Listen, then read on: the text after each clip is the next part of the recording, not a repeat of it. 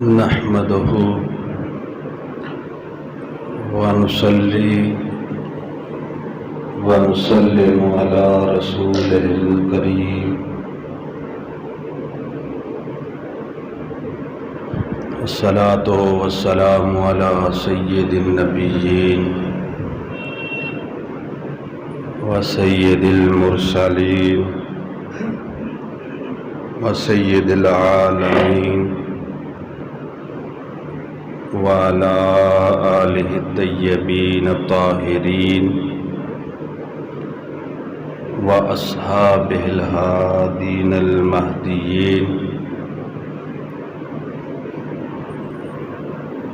وأوليائه الكاملين وعلمائه العاملين. أما بعد فأعوذ بالله من الشيطان الرجيم. بسم الله الرحمن الرحيم. قال رسول الله صلى الله تعالى عليه وآله وسلم: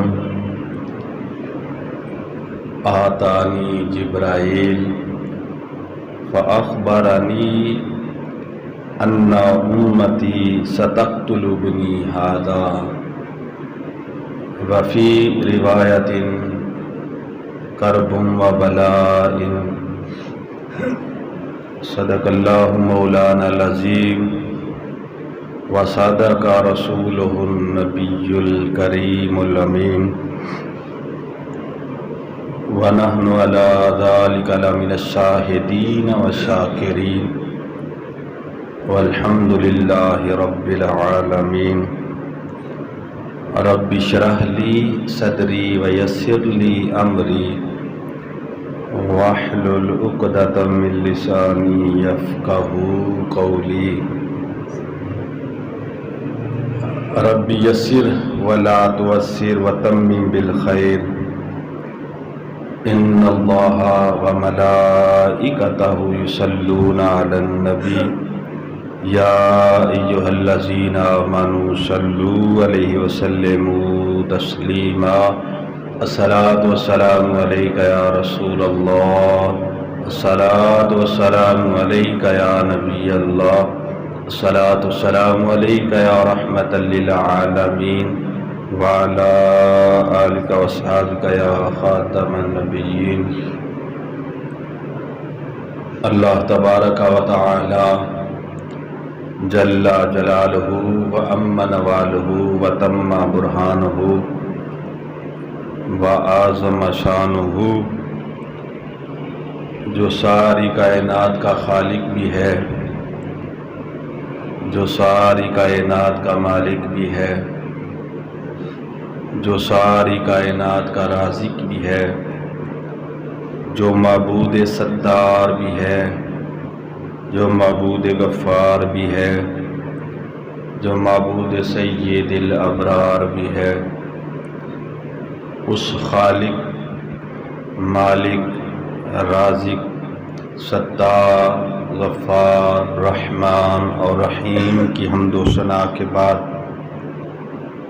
سید الاولین والآخرین، رحمت للعالمین، خاتم النبیین، شفیع المذنبین، سارے نبیوں کے سالار رسول، مدینہ کے تاجدار رسول، مکہ کے سردار رسول، امت کے غم خوار رسول، نور و بشر نبی، حاضر و ناظر نبی، مختار و ناصر نبی، شافع محشر نبی، اللہ کے پیارے حبیب، آمینہ کے راج دلارے حبیب، دکھیوں کے سہارے حبیب، سب کے اور ہمارے حبیب، شہنشاہ ہر دوسرا، سید الانبیاء، احمد مجتبی محمد مصطفیٰ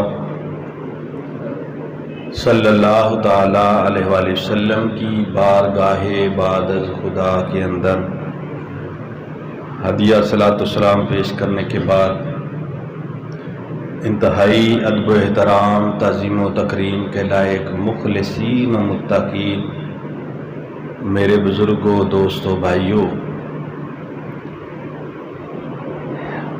پچھلے جمعۃ المبارک میں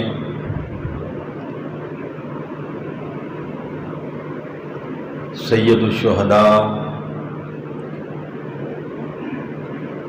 نور دیدہ علی المرتضیٰ نواسہ رسول جگر گوشہ بطول حضرت امام حسین رضی اللہ تعالیٰ عنہ آپ کے واقعہ کربلا کے حوالے سے گفتگو شروع کی تھی، اور ابتدا میں یہ بتا دیا تھا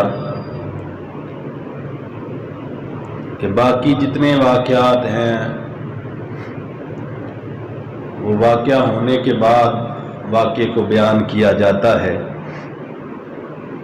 لیکن کربلا کا واقعہ وہ واقعہ ہے کہ جو وقوع پذیر ہونے سے پہلے ہی امام الانبیاء صلی اللہ تعالی علیہ وآلہ وسلم نے بیان فرمایا تھا۔ اور مشکوٰۃ شریف کی وہ روایت جو ہے، جو حضرت ام الفضل حضور کی چچی جان سے ہے، وہ پچھلے جمعۃ المبارک میں سنائی تھی، اور اس کے آخر میں حضرت ام الفضل نے یہ کہا تھا کہ میں نے حضور کو، حضرت امام حسین کو گود میں لیے ہوئے روتے ہوئے دیکھا، تو میں نے پوچھا کہ حضور رونے کی وجہ کیا ہے؟ تو آقا علیہ الصلوۃ والسلام نے ارشاد فرمایا تھا، آتانی جبرائیل فاخبرنی ان امتی ستقتل ابنی ھذا وفی روایت کرب و بلاء۔ آپ فرماتی ہیں کہ حضور نے فرمایا کہ یہ جبرائیل آئے ہیں اور انہوں نے مجھے خبر دی ہے کہ میرے کچھ نام نہاد امتی میرے اس بیٹے کو شہید کر دیں گے، اور ایک روایت میں آتا ہے وفی کرب و بلاء کہ وہ کربلا میں شہید کریں گے۔ اس حوالے سے آقا علیہ الصلوۃ والسلام نے بیان فرما دیا۔ تو پچھلے جمعۃ المبارک میں یہ بیان ہو چکا کہ حضرت امیر معاویہ رضی اللہ تعالیٰ عنہ کا جب انتقال ہوا، یزید تخت نشین ہوا، تو سب سے پہلے اس نے مدینہ شریف کا رخ کیا، اور حضرت امام حسین، عبد الرحمن ابن ابی بکر، عبداللہ ابن عمر اور عبداللہ ابن زبیر، ان کی بیعت کے حوالے سے ولید ابن عقبہ کو اس نے لکھا، اور ولید ابن عقبہ جو گورنر مدینہ تھا، سب سے پہلے حضرت امام حسین کو طلب کیا۔ اور یہ واقعہ، یہ باتیں بیان ہو چکی کہ پھر ولید ابن عقبہ کے ساتھ اور مروان ابن حکم جو نائب گورنر ہے اس کے ساتھ کیا گفتگو ہوئی، اور انہوں نے پھر یزید کو لکھ بھیجا کہ امام حسین بیعت تو کسی صورت نہیں کریں گے۔ اب یزید نے آگے سے لکھا کہ ان کو بیعت پہ مجبور کرو، اگر نہیں کرتے وہ بیعت تو ان کو قتل کر دیا جائے، معاذ اللہ ثم معاذ اللہ۔ آپ نے اپنے اہل بیت اطہار سے مشورہ کیا، انہوں نے کہا جو آپ فرماتے ہیں۔ آپ نے فرمایا چلو مکہ شریف چلے جاتے ہیں، وہاں قتل و غارت کی اجازت نہیں، باقی زندگی کے دن جو ہیں وہ آرام سے پورے کر لیں گے۔ اور الوداعی سلام عرض کرنے کے لیے نبی پاک صلی اللہ تعالی علیہ وآلہ وسلم کے روضے پہ حاضر ہوئے، اور عرض کی کہ حضور یہاں سے مجھے مجبور کیا جا رہا ہے کہ آپ کا شہر چھوڑوں، اور آپ وہاں روتے رہے، اور پھر سر مبارک جو ہے قبر انور پہ رکھا اور آنکھ لگ گئی، سو گئے۔ آقا علیہ الصلوۃ والسلام نے خواب میں ارشاد فرمایا کہ میرے بیٹے، ان قریب کربلا میں آپ کو بھوکا اور پیاسا شہید کر دیا جائے گا، لیکن آپ کو شہید کرنے والے میری شفاعت سے محروم رہیں گے تو بیٹے تو جرت، ہمت، دلیری اور صبر کے ساتھ شہادت کو قبول کرنا، اس لیے کہ جو درجہ جنت میں آپ کے لیے رکھا گیا ہے وہ شہید ہوئے بغیر حاصل نہیں ہوگا۔ جنت میں تیری والدہ، والد اور بھائی حسن انتظار کر رہے ہیں، اور ساتھ یہ دعا کی تھی اللہم آت الحسین صبرا واجرا، اے اللہ میرے بیٹے حسین کو صبر بھی عطا فرما اور اجر بھی عطا فرما۔ وہ شاعر کا شعر بھی سنایا تھا نا کہ اعظم چشتی کہتے ہیں 3 دن دے تریائے بیٹھے ہوئیاں سب دیاں خشک زباناں، 3 دن دے تریائے بیٹھے ہوئیاں سب دیاں خشک زباناں، پھر بھی ود ود دتیاں جانا میرے غازیاں شیر جوانا، بیت یزید قبول نہ کیتی تاکہ آل نبی دیاں شاناں، اعظم صبر حسین دا ڈٹھا وچ کربل دے میداناں، اعظم صبر حسین دا ڈٹھا وچ کربل دے میداناں۔ تو جو آپ نے صبر فرمایا تھا وہ پیارے مصطفیٰ کریم علیہ السلام کی دعا ہی کا اثر تھا، ورنہ اتنا کچھ کر کے کون صبر کر سکتا ہے۔ تو حضرت امام حسین نے وہاں سے پھر اٹھے اور پھر جنت البقیع میں اپنی والدہ کی قبر پر حضرت امام حسن اور باقی اہل بیت اطہار کی جو قبور تھی ان کی زیارت کی، دعا کی، اور پھر آ کے تیاری کی۔ اور آپ کی ایک بیٹی سغرا جو ہیں جن کے بارے میں یہ مشہور ہے کہ وہ چھوٹی بچی تھی، وہ چھوٹی بچی نہیں تھیں بلکہ شادی شدہ تھیں، اور حضرت حسن مثنیٰ حضرت امام حسن کی بہو تھی۔ تو اگرچہ وہ بیمار تھی اس لیے ان کو چھوڑ دیا گیا وہاں پر، اور پھر انہی کی نسل سے حضرت امام حسن کی آگے نسل مبارک جو ہے وہ چلی ہے۔ تو بہرحال آپ نے تیاری کی، اور سحری کے وقت جب نکلے تو وہ سائن چشتی کہتے ہیں نا کہ گلی گلی مدینے دی چیخ اٹھی جدوں کربلا دا شاہ سوار ہویا، گلی گلی مدینے دی چیخ اٹھی جدوں کربلا دا شاہ سوار ہویا، اے تے جگرا حسین دا اے کیوں چھٹ کے بیٹی بیمار ہویا، ٹریا کوئی نہ کراں تو انج جویں زہرا فاطمہ دا ماہ انوار ٹریا، روندا ہویا حسین ذیشان صائم جندر اماں دے حجرے نو مار ٹریا، روندا ہویا حسین ذیشان صائم جندر اماں دے حجرے نو مار ٹریا۔ بہرحال آپ مدینہ شریف سے مکہ شریف کے لیے نکلے، اور ابھی تھوڑا ہی سفر کیا تھا کہ رستے میں حضرت عبداللہ ابن مطیع رضی اللہ تعالیٰ عنہ جو نبی پاک صلی اللہ علیہ وسلم کے صحابی ہیں ان سے ملاقات ہوئی۔ انہوں نے پوچھا کہ امام پاک آپ کہاں پر تشریف لے جا رہے ہیں؟ تو حضرت امام حسین فرمانے لگے کہ میں مکہ شریف جا رہا ہوں۔ تو حضرت عبداللہ ابن مطیع کہنے لگے کہ حضور آپ مکہ ضرور تشریف لے جائیں، لیکن کبھی بھی کوفہ کا ارادہ نہ کرنا، کوفہ کا ارادہ نہ کرنا کہ وہ کوفی وہ ہیں کہ جنہوں نے آپ کے والد صاحب کے ساتھ بھی بے وفائی کی، آپ کے بھائی حسن کے ساتھ بھی بے وفائی کی، اور وفا آپ کے ساتھ بھی نہیں کریں گے۔ وہ حضرت میاں صاحب رحمۃ اللہ تعالی علیہ فرماتے ہیں نا کہ بے قدراں دی یاری کولوں توبہ 100 واری، بے قدراں دی یاری کولوں توبہ 100 واری، بھلا ہویا لڑ نیڑیوں چھٹا عمر نے گزری ساری، بے قدراں دی یاری کولوں توبہ 100 واری، بھلا ہویا لڑ نیڑیوں چھٹا عمر نے گزری ساری۔ تو کہا کہ نہیں میں مکہ شریف جا رہا ہوں۔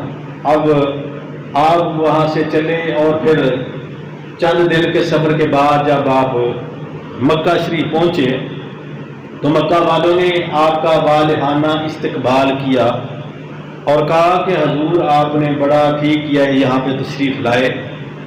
اور پھر ابھی چند ہی دن ہوئے تھے کہ یہ خبر جو ہے وہ کوفہ تک پہنچ گئی، اور کوفی جو تھے انہوں نے آپ کو خط لکھنے شروع کیے۔ عوامی خط جو ہے ان کی تعداد ہے 12,000 تک، جو لوگوں نے عوام نے خط لکھے کہ حضور آپ تشریف لے آئے، ہم آپ سے بیعت کرنا چاہتے ہیں، لیکن 150 خط وہ تھے کہ جو وہ بڑے بڑے سردار جن کے نیچے ایک ایک کے نیچے کئی کئی قبیلے تھے. 150 خط ایسے نہیں کہ 150 بندے نے خط لکھ دیا تھا تو آپ چلے، نہیں، 150 خط، ویسے تو وہ ہزاروں میں تھے لیکن 150 خط وہ تھے کہ جو بڑے بڑے سرداروں نے لکھے تھے، ایک ایک کے نیچے کئی کئی قبیلے تھے، ہزاروں ہزاروں لوگ ان کے نیچے تھے. 150 خط وہ تھے، اور ان میں یہ سرار تھا کہ آپ مدینہ شریف سے مکہ شریف تشریف لائے، یہاں نہ ٹھہرے بلکہ آپ کوفہ تشریف لائیں، ہم آپ سے بیعت کرنا چاہتے ہیں. لیکن حضرت امام پاک جو ہیں ان کی طرف توجہ نہیں فرما رہے. ایک خط وہ آیا کہ جس کی وجہ سے حضرت امام حسین اس بات پہ سوچنے پہ مجبور ہو گئے کہ مجھے کوفہ جانا چاہیے. اور وہ خط یہ تھا کہ خط میں لکھا تھا کہ حضور ہمیں پتہ چلا ہے کہ آپ نے بیعت یزید سے انکار کر دیا ہے اور آپ ہجرت کر کے مکہ شریف آگے ہیں، تو آپ مکہ شریف نہ ٹھہریں بلکہ کوفہ تشریف لے آئیں، ہم آپ سے بیعت کرنا چاہتے ہیں. یزید کی کسی صورت بیعت نہیں کرنا چاہتے، وہ ایک ظالم جابر فاسق اور فاجر شخص ہے، ہم اس کی بیعت نہیں کرنا چاہتے. اور اگر آپ تشریف نہیں لاتے تو مجبوراً پھر ہمیں یزید کی بیعت کرنا پڑے گی، اور پھر قیامت والے دن آپ کے نانا جی صلی اللہ علیہ وآلہ وسلم سے شکایت کریں گے کہ ہم نے کہا تھا کہ آپ تشریف لائیں پر آپ تشریف نہیں لائے. یہ جو لفظ دینا کہ قیامت والے دن آپ کے نانا جی سے شکایت کریں گے کہ ہم نے کہا تھا تشریف لائے، بیعت کریں گے، دل و جان سے آپ کی حفاظت کریں گے، کوئی قربانی دینے سے گریز نہیں کریں گے، آپ نہیں لائے تشریف، پھر مجبوراً یزید کی بیعت کرنا پڑی ہے، تو اس لیے آپ تشریف لائیں. تو حضرت امام پاک نے پھر اہل بیت اطہار اور پھر باقی جو اکابرین صحابہ تھے، حضرت عبد الرحمن ابن ابی بکر بھی مکہ شریف پہنچ گئے تھے، عبداللہ ابن عمر، عبداللہ ابن زبیر وہ بھی مکہ شریف پہنچ گئے تھے. تو سب سے مشورہ کیا کہ کیا کیا جائے. سب نے یہی مشورہ دیا کہ حضور کسی صورت بھی آپ کوفہ نہ جائیں، وہ بے وفا لوگ ہیں، آپ کوفہ نہ تشریف لے جائیں. لیکن آپ نے فرمایا کہ اس خط نے مجھے مجبور کر دیا ہے کہ میں کوفہ جاؤں، اور جو بھی نتیجہ ہو پھر دیکھا جائے گا. تو پھر اب سب نے، صحابہ کرام نے بھی اور اہل بیت اطہار نے مشورہ دیا کہ حضور پھر آپ ایک مہربانی فرمائیں، اپنا پہلے قاصد بھیجیں، وہاں پر قاصد بھیجیں، جب وہ تسلی کر کے اطمینان کا خط آپ کو لکھے گا پھر آپ تشریف لے جانا. آپ نے فرمایا ہاں یہ بات ٹھیک ہے، اور اپنے چچا زاد بھائی مسلم بن عقیل کا انتخاب کیا. اور مسلم بن عقیل کا انتخاب کرنے کی وجہ کیا تھی؟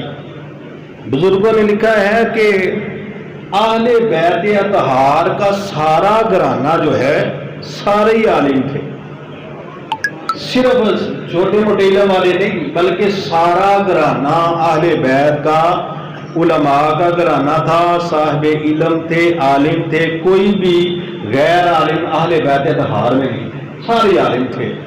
لیکن حضرت امام حسین کے بعد سب سے بڑے عالم مسلم بن عقیل تھے. حضرت امام حسین کے بعد سب سے بڑے اہل بیت اطہار میں سب سے بڑے عالم حضرت مسلم بن عقیل تھے.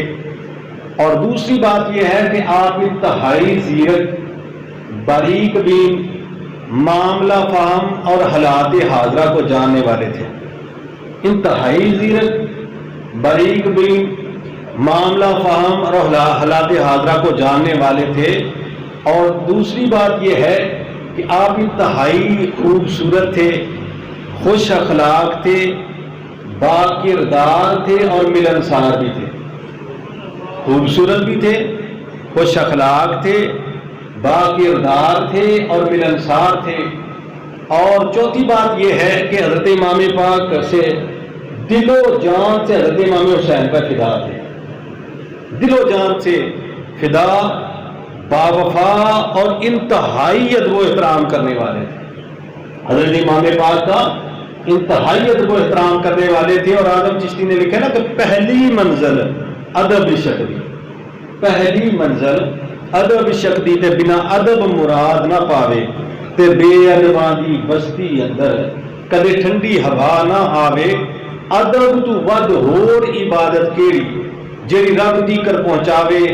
آزم او دے بخت سولے جنوں اے دولت مل جائے. تو آپ یہ حضرت امام پاک کے دل و جان سے فدا، با وفا اور انتہائی ادب و احترام کرنے والے تھے. خیر آپ جب تیار ہوئے جانے کے لیے تو دو بیٹے تھے جو جانے کے لیے تیار ہو گئے. ایک کا نام محمد تھا اور دوسرے کا نام ابراہیم. اور دونوں کے بارے میں حضرت مسلم بن عقیل کے یہ دونوں بیٹے جو جانے کے لیے اصرار کرنے لگے، ایک محمد اور ایک ابراہیم تھے، اور ان کی عمریں مختلف کتابوں میں لکھی ہیں. بعض کتابوں میں تو یہ ہے کہ ایک کی 7 سال عمر تھی، ایک کی 5 سال. بعض کتابوں میں جو اکثر کتابوں میں لکھا ہے وہ ہے کہ ایک کی 8 سال تھی اور ایک کی 7 سال عمر تھی. مختلف روایتیں ہیں، مشہور یہی ہے کہ 8 سال اور 7 سال. اور 8 سال اور 7 سال کی عمر ہو تو یہ بھی کتنی بنتی ہے جی.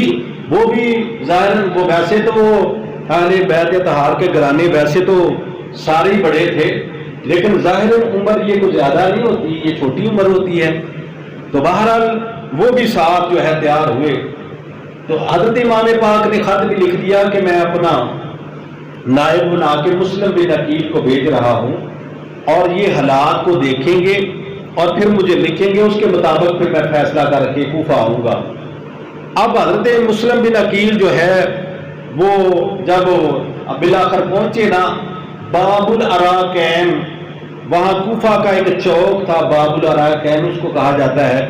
تو وہاں پر جب پہنچے تو ہزاروں لوگوں نے آپ کا استقبال کیا. اور بعض کتابوں میں لکھا ہے کہ اتنے لوگ جمع ہو گئے کہ کئی تو پاؤں تلے کچلے گئے، ایسی محبت کا اظہار کر رہے تھے. تو آپ نے جو ہے وہ مختار بن ابو عبیدہ، اور ایک روایت میں ابن اوسجا بھی لکھا ہے کہ جس کے گھر آپ تشریف فرما ہوئے، مشہور یہی ہے کہ مختار بن ابو عبیدہ ان کے گھر جو ہے وہ حضرت مسلم بن عقیل جو ہے تشریف فرما ہوئے. اور پہلے ہی دن ہزاروں لوگوں نے بیعت کر لی، پہلے ہی دن ہزاروں لوگوں نے بیعت کر لی. اور پھر اس قدر جان نچھاور کر رہے تھے کہ کوئی زیارت کرنے آ رہا ہے، کوئی دعوت کر رہا ہے، کوئی ہاتھ چوم رہا ہے، کوئی پاؤں چوم رہا ہے، کوئی بیعت کر رہا ہے. دوسرے دن ہزاروں نے کی، تیسرے دن بھی 40,000 تک تعداد پہنچی. اور اکثر کتابوں میں یہ لکھا ہے کہ پہلے دن ہی 40,000 میں بیعت کر لی تھی، پہلے دن 40. اور پھر 40,000 افراد اب بھی اگر کھڑے ہو جائیں نا تو پھر یہ بڑی بڑی حکومتوں کو ہلا دیتے ہیں.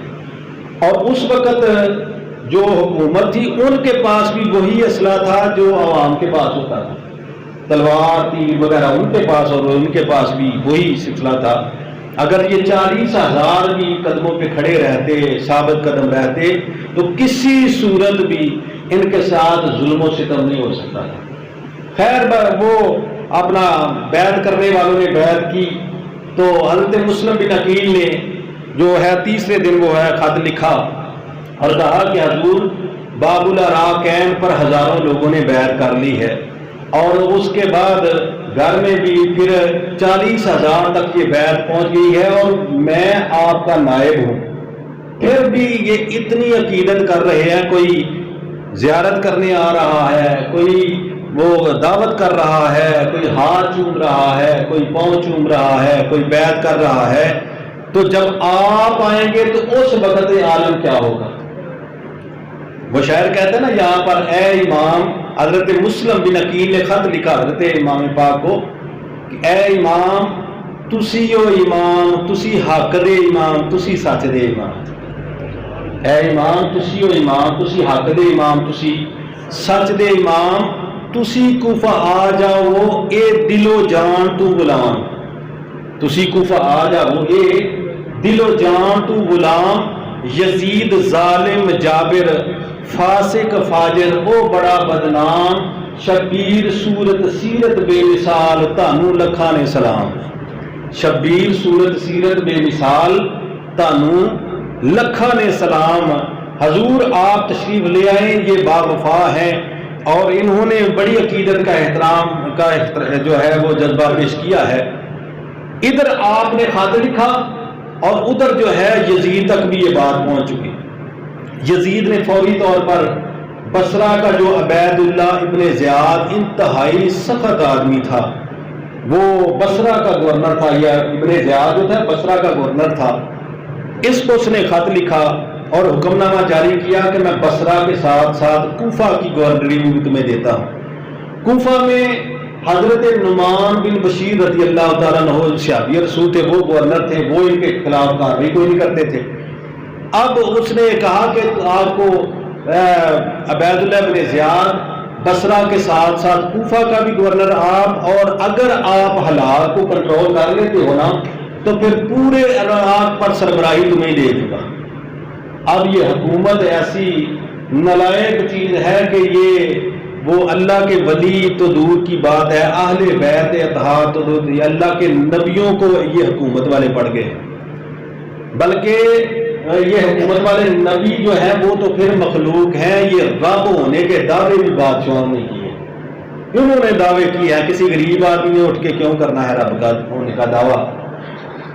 بہرحال اس نے جناب یہ کہا، یہ ابن زیاد تک جب یہ پیغام پہنچا تو اس نے فوری طور پر اپنے بھائی عثمان ابن زیاد کو جو ہے وہاں کا جو ہے گورنر نائب مقرر کیا اور کہا کہ مجھے یزید نے بصرہ کے ساتھ ساتھ کوفہ کی گورنری بھی دے دی، میں وہاں جا رہا ہوں اور اگر کسی نے گڑبڑ کی تو آپ کو پتہ ہے میں کتنا سخت ہوں، اور بعض لوگوں کی خام خواہ گردنیں لوگوں کے سامنے اتروائی بھی تاکہ یہ لوگ ڈر جائیں۔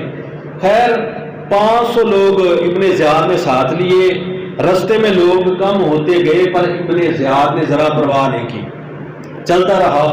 جب یہ کوفہ کے قریب پہنچا تو اس نے بڑی شاطر پن کا مظاہرہ کیا، عربی لباس یہ ساتھ لے کے آیا تھا، 20 سوار اس نے ساتھ لیے اور عربی لباس پہنا، مغرب کے بعد جو ہے اندھیرے میں تاکہ میں کوفہ میں داخل ہوں، اور دھوکہ یہ دینا چاہتا تھا کہ لوگ یہ سمجھے کہ حضرت امام حسین آئے، کوئی حملہ نہ کر دے۔ اب جب یہ آیا عربی لباس میں اس نے پہنا تھا، لوگ اندھیرے میں دھوکے میں آ گئے، انہوں نے سمجھا کہ حضرت امام پاک تشریف لے آئے اور وہ نعرے لگانے لگے، مرحبا یا ابن رسول اللہ، مرحبا یا ابن رسول اللہ، اے رسول اللہ کے بیٹے خوش آمدید، اے رسول اللہ کے بیٹے خوش آمدید۔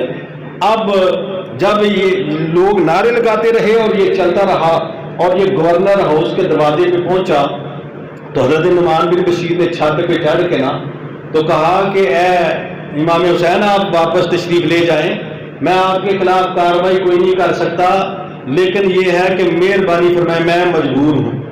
تو یہ ابن زیاد نیچے سے بولا، اس نے کہا نعمان بن بشیر دروازہ کھولو، میں ابن زیاد ہوں۔ جب اس نے یہ لفظ کہے نا تو لوگ تو مایوس ہو کے واپس چلے گئے اور دروازہ کھولا اور حضرت نعمان بن بشیر کو اس نے معزول نامہ دکھایا اور کہا کہ مجھے گورنر بنا دیا گیا ہے۔ اب اس نے آدھی رات تک تو یہ سوچتا رہا کہ کیا کرنا ہے۔ آدھی رات کے بعد اس نے سپاہی بھیجے کہ جو علاقے کے بڑے بڑے سردار ہیں نا سب کو پکڑ کے لے آؤ۔ اب وہ سب کو پکڑ کے لے آئے تو صبح ہوتے ہی حضرت مسلم بن عقیل تک یہ بات پہنچی تو آپ نے محاصرہ فرمایا اور لوگ جمع ہوتے گئے اور وہ 40,000 جو افراد تھے نا وہ سارے کے سارے جمع ہو گئے۔ اب گورنر ہاؤس پہ حملہ ہی ہونے والا تھا کہ ابن زیاد نے آخری حربہ استعمال کیا کہ وہ جو سردار پکڑے تھے نا ان کو چھت پہ چڑھایا اور کہا کہ لوگوں سے کہو کہ تم واپس چلے جاؤ، اگر تم واپس نہیں جاؤ گے گورنر ہاؤس پہ حملہ کیا تو اندر داخل ہونے تک تمہارے ہی ہمیں قتل کر دے گا، تو تم واپس چلے جاؤ۔ بس یہ ایک لفظ ان کا کہنا تھا تو وہ جو جتنے بھی جان دینے کے لیے تیار تھے نا وہ سارے کے سارے کرنم کرنی سارے جانے لگے، کوئی 5-5 صورت 10-10 کی صورت میں۔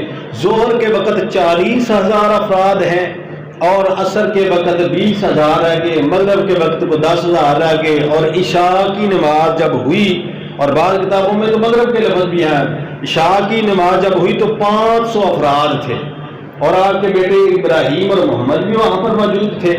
اور جب وہ 500 افراد تھے. جب نماز عشاء پڑھا کے فارغ ہوئے تو پیچھے کوئی بھی باقی نہیں بچا تھا, صرف دونوں بیٹے پیچھے سلام پھیری اور کوئی بھی ان میں نہیں رہا تھا, سارے بھاگ چکے تھے.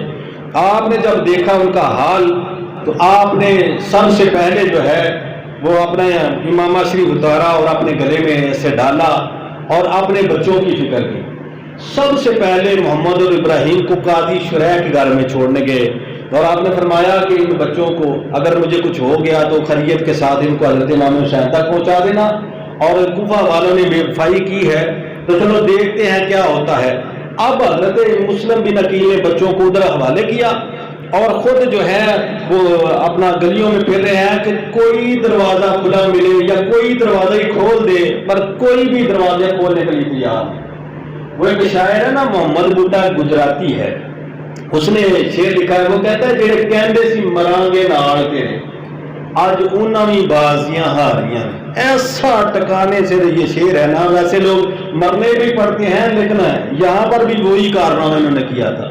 جڑے کہندے سی مرانگے نال تیرے اج انہاں وی بازیاں ہاریاں نے, جڑے ترسدے سن دنے راتی دید تیری نو اج انہاں وی باریاں ماریاں نے. جد خزانے فضا وچ وال کھولے پنچھی اڈ کے مار اڈاریاں نے, محمد بوٹیا جھوٹا ہی جگ سارا کملی والے دی سچیاں یاریاں. وہ جڑے کہندے سی مرانگے نال تیرے ہیں اج انہاں وی بازیاں ہاریاں نے, جڑے ترستے سن دنے راتی دید تیری اج انہاں وی باریاں ماریاں نے. جد خزانے فضا وچ وال کھولے پنچھی اڈ کے مار اڈاریاں نے. ذرا سی تکلیف آئی پنچھی اڈ کے مار اڈاریاں نے, محمد بوٹیا جھوٹا ہی جگ سارا کملی والے دی سچیاں یاریاں ہیں. بہرحال آپ چلتے رہے پورے کوفہ میں, بالکل آخر میں جو ہے وہ ایک دروازہ کھلا ہوا ملا اور وہ طوہ نامی خاتون کا تھا, دروازے پہ بیٹھی ہے اور تسبیح پڑھ رہی ہے. آپ نے جاتے ہی سلام کیا اور کہا کہ بوڑھی ماں پانی ملے گا؟ تو وہ بوڑھی ماں کہنے لگی کہ ہاں بیٹا پانی ملے گا. اندر سے پانی لے کے آئی, آپ نے پانی نوش فرمایا اور اس کا شکریہ ادا کر کے چلنے لگے نا تو وہ بوڑھی عورت کہنے لگی کہ آپ کون ہو؟ کہا مسلم بن عقیل ہوں. کہنے لگی مسلم بن عقیل اور اس حال میں؟ مسلم بن عقیل اور اس حال میں؟ کہا کہ کوفہ والوں نے بے وفائی کی ہے تو اب تو رات گزارنے کے لیے بھی جگہ نہیں مل رہی. تو وہ بوڑھی عورت کہنے لگی پھر آپ یہاں پر تشریف لائیں. سب سے صاف ستھرا جو کمرہ اس کا تھا وہ پیش کیا, کھانا پیش کیا اور پانی پیش کیا. وہ حدیث پاک میں نبی اکرم صلی اللہ تعالی علیہ وآلہ وسلم نے ارشاد فرمایا نا کہ جو ہمارے اہل بیت کے ساتھ اچھا سلوک کرے گا ہم اس کا حق رکھتے نہیں, دے دیتے ہیں. ہمارے اہل بیت آل کے ساتھ جو اچھا سلوک کرے گا اس کا حق ہم رکھتے نہیں, دے دیتے ہیں. آج تک وہ ممبروں پر کتابوں میں اس طوہ نامی خاتون کا ذکر خیر ہو رہا ہے, قیامت تک ہوتا رہے گا اور پھر جنت میں شفاعت بھی اس عورت کو نصیب ہوگی. جی تو بہرحال آپ نے وہ مختصر سا وہ کھانا جو ہے وہ تناول فرمایا, پانی پیا, پھر مسلح بچھا کے بیٹھ گئے. اور کبھی خیال یہ ضرور آ رہا تھا کہ کتنے آرام سے ہم مدینہ شریف رہ رہے تھے, اس نے بیعت پہ مجبور کیا, ہم مکہ شریف آئے اور پھر انہوں نے اپنی وفاداری ہونے کا جو ہے وہ ثبوت دیا, کہا کہ ہم وفادار ہیں, ہم وفا کریں گے, دل و جان سے فدا, جان مال سب کچھ قربان کریں گے, لیکن یہ بے وفائی کر گے. لیکن اے اللہ جو بھی ہو ہم تیری رضا پہ راضی ہیں, جو بھی ہو ہم تیری رضا پر راضی ہیں. اور شاعر کہتے نا کیوں کریے اسی شکوا ربدا سانو کیوں اے درد دتوئی, کیوں کریے اسی شکوا ربدا سانو کیوں اے درد دتوئی. نہ کوئی ساڈی ذات پچھانے نہ کرے کو دل جوئی, کی ہویا جے دنیا اتے ساڈا محرم راز نہیں کوئی. دنیا وچ جیوندے آدم کدے کسے دی قدر نہیں ہوئی, دنیا اتے جیوندے آدم کدے کسے دی قدر نہیں ہوئی. بہرحال وہ مصلی پہ بیٹھ کے ذکر و اذکار کرتے رہے. پھر آپ نے تہجد کی نماز پڑھی, فجر کی نماز پڑھ کے فارغ ہی ہوئے تھے کہ باہر جو ہے وہ گھوڑوں کی ٹاپوں کی آوازیں اور شور کی آواز اندر تک پہنچنے لگی. تو حضرت مسلم بن عقیل فرمانے لگے کہ یہ طوہ نامی خاتون سے پوچھا کہ وہ بڑی ماں یہ آواز کیسی ہے؟ کہا میرا بیٹا جو ہے وہ دنیا کا کتا ہے، وہ ابن زیاد کا آدمی ہے اور اس نے جا کے بتا دیا ہے اور اس کے سپاہی باہر آ گئے۔ آپ نے تلوار نکالی اور باہر جو ہے وہ نکلے، اور جب نکلے تو کافی سپاہی اس کے توبہ کے سین میں پہنچ چکے تھے، تو آپ نے کئیوں کو واصل جہنم کیا، کئیوں کو زخمی کیا، باقی بھاگ گئے۔ یہ ہے علی کا شعر جی، یہ ہے اہل بیت اطہار کا شعر۔ وہ اگر وہ کبھی بھی ایسے نہیں ہو سکتے کہ جناب ان کو کہا جائے جان پیاری ہے تو نکل جاؤ اور وہ نکل جائیں، ایسے نہیں، مقابلہ کیا، اور وہ سارے کے سارے جو ہیں وہ کچھ بھاگ گئے، کچھ زخمی ہو گئے اور کچھ واصل جہنم ہوئے۔ اب انہوں نے محسوس یہ کیا کہ ایسے تو ان کا مقابلہ نہیں کیا جا سکتا، ایسے مقابلہ، دور سے پتھر مارنے لگے، اور ایک پتھر جو ہے آپ کے چہرہ مبارک پہ لگا، دندان مبارک شہید ہوئے، خون جو ہے نکلنے لگا۔ آپ دیوار کے ساتھ ٹیک لگا کے کھڑے ہو گئے اور بوڑھی سے کہا کہ ماں پانی لانا ذرا۔ پانی لایا تو ابھی پانی پینے ہی لگے تھے کہ وہ اتنا زیادہ خون تھا، وہ پیالہ خون سے بھر گیا۔ پھر دوسرا جناب پیالہ لایا گیا، پھر تیسرا۔ آپ نے فرمایا مجھے ایسے لگتا ہے اب دنیا کا پانی جو ہے وہ ہمارے نصیب میں نہیں، حوض کوثر سے جا کے آقا علیہ الصلوۃ والسلام کے حوض کوثر کے جام پیئیں گے۔ آپ جب وہ کھڑے ہوئے تو ایک بدبخت نے سر پہ تلوار ماری جس کا گہرا زخم تھا۔ آپ نے آگے بڑھ کر اس کو واصل جہنم جب کیا تو پھر اب جو سپہ سالار تھا اس نے یہ محسوس کر لیا کہ چاہے یہ اکیلے ہیں تو علی کے شیر، مقابلہ تو ان کا نہیں کیا جا سکتا۔ اس نے 2 نمبری کی کہا جی ہم لڑنے کے لیے نہیں آئے۔ ابن زیاد نے کہا کہ آپ کو بلا کے لائیں اور مذاکرات کرنے ہیں۔ تو آپ نے فرمایا میں بھی تو یہی چاہتا ہوں کہ مذاکرات ہو جائیں، ورنہ کل 40,000 لوگ میرے ساتھ موجود تھے، اگر میں حکم دیتا تو گورنر ہاؤس کی اینٹ سے اینٹ بچ جاتی۔ جب آپ تشریف لے گئے ان کے ساتھ لوگ کافی چھتوں پہ چڑھ گئے تھے، دیکھ رہے تھے۔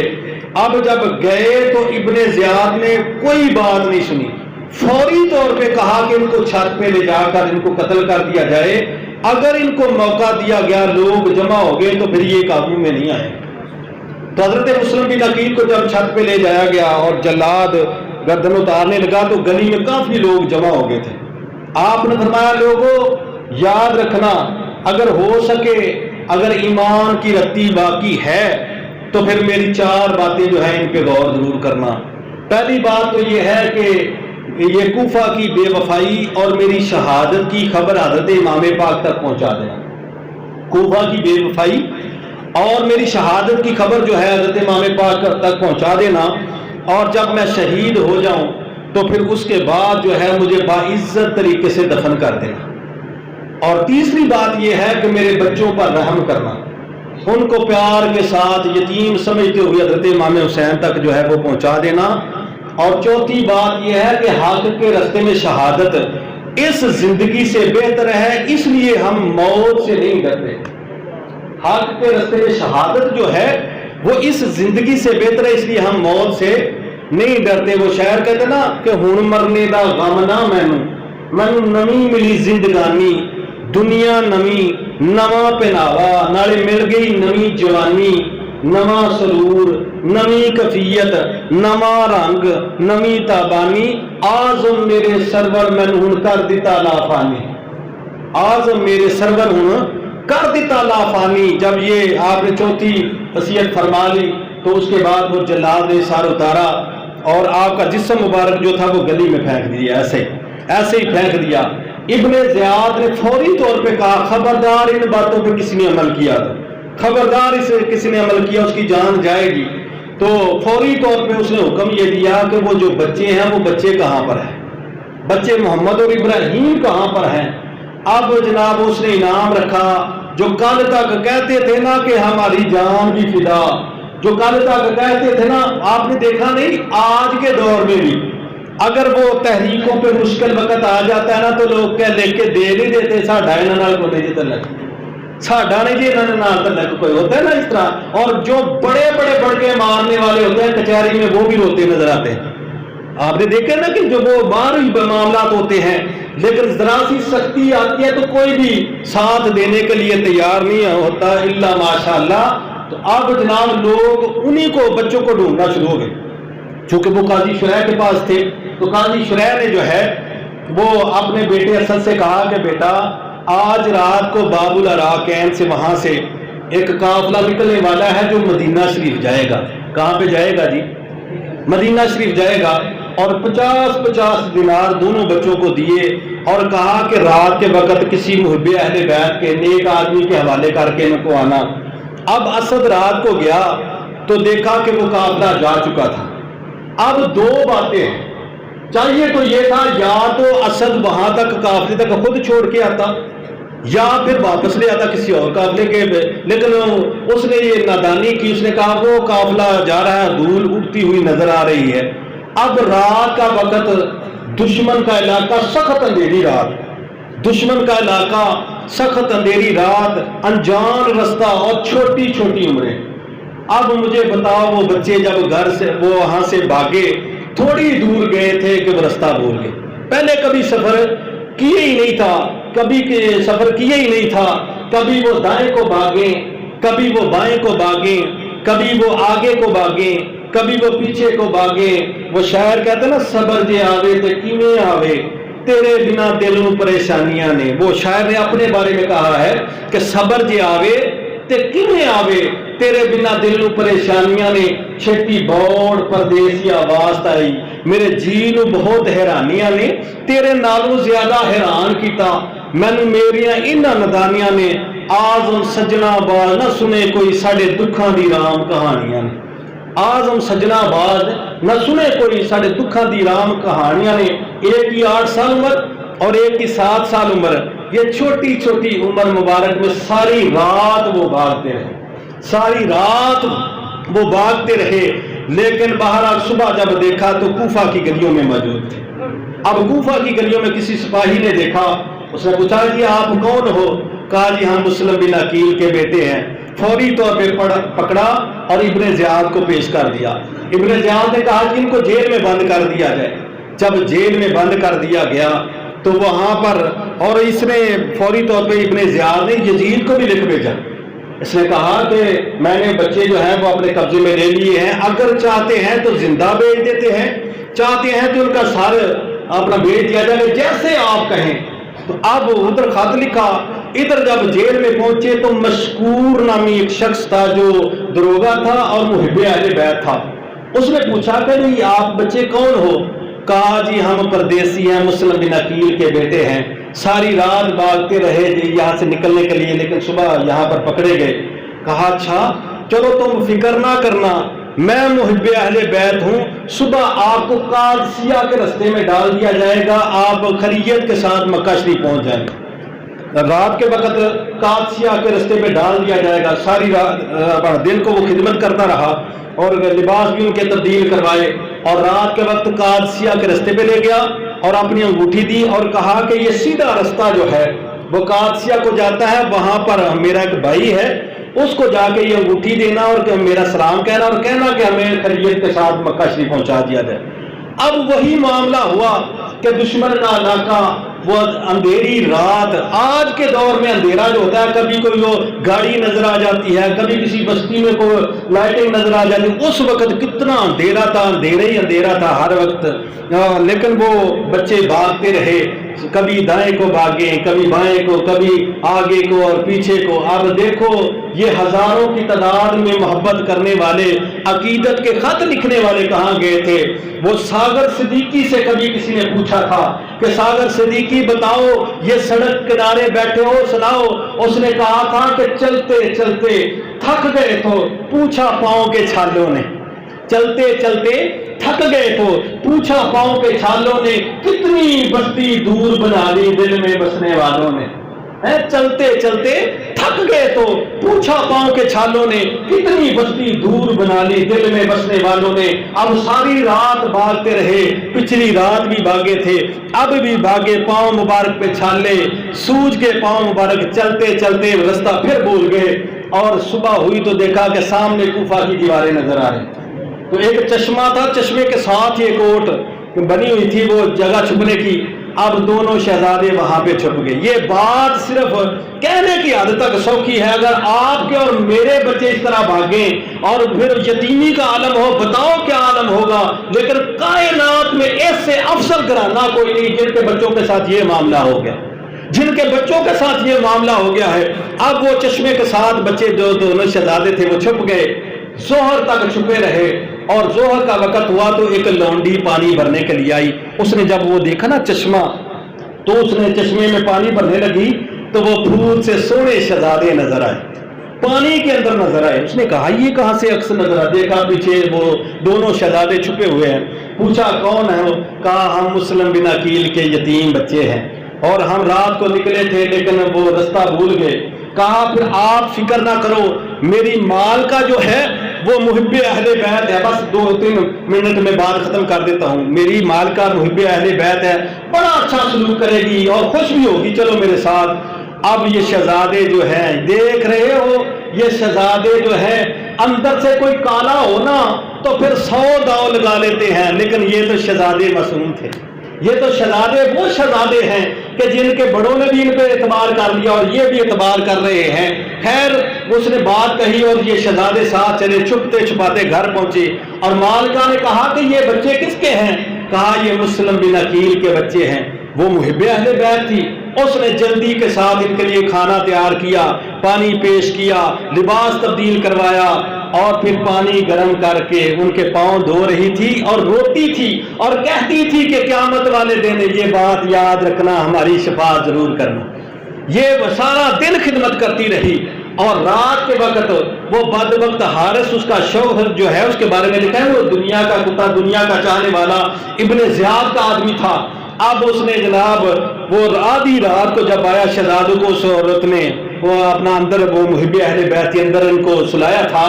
باہر جو ہے سلسلہ یہ تھا, وہ آیا اور کہنے لگا پتہ نہیں کہاں چھپ گئے ہیں. تو یہ عورت کہنے لگی کن کی بات کرے؟ کہا مسلم بن عقیل کے بچے. سارا دن میں ان کو ڈھونڈتا رہا, میں گلیوں میں ڈھونڈتا رہا, میں بازاروں میں ڈھونڈتا رہا, میں ان کو جو ہے بستی میں ڈھونڈتا رہا, ویرانوں میں ڈھونڈتا رہا, یہاں تک کہ میرا گھوڑا مر گیا تھا, وہ نہیں پتہ نہیں کہاں چلے گئے ہیں. تو اس نے کہا, وہ ڈر گئی اور اس نے کہا تجھے کیا ضرورت ہے, چھوڑ اس بات کو.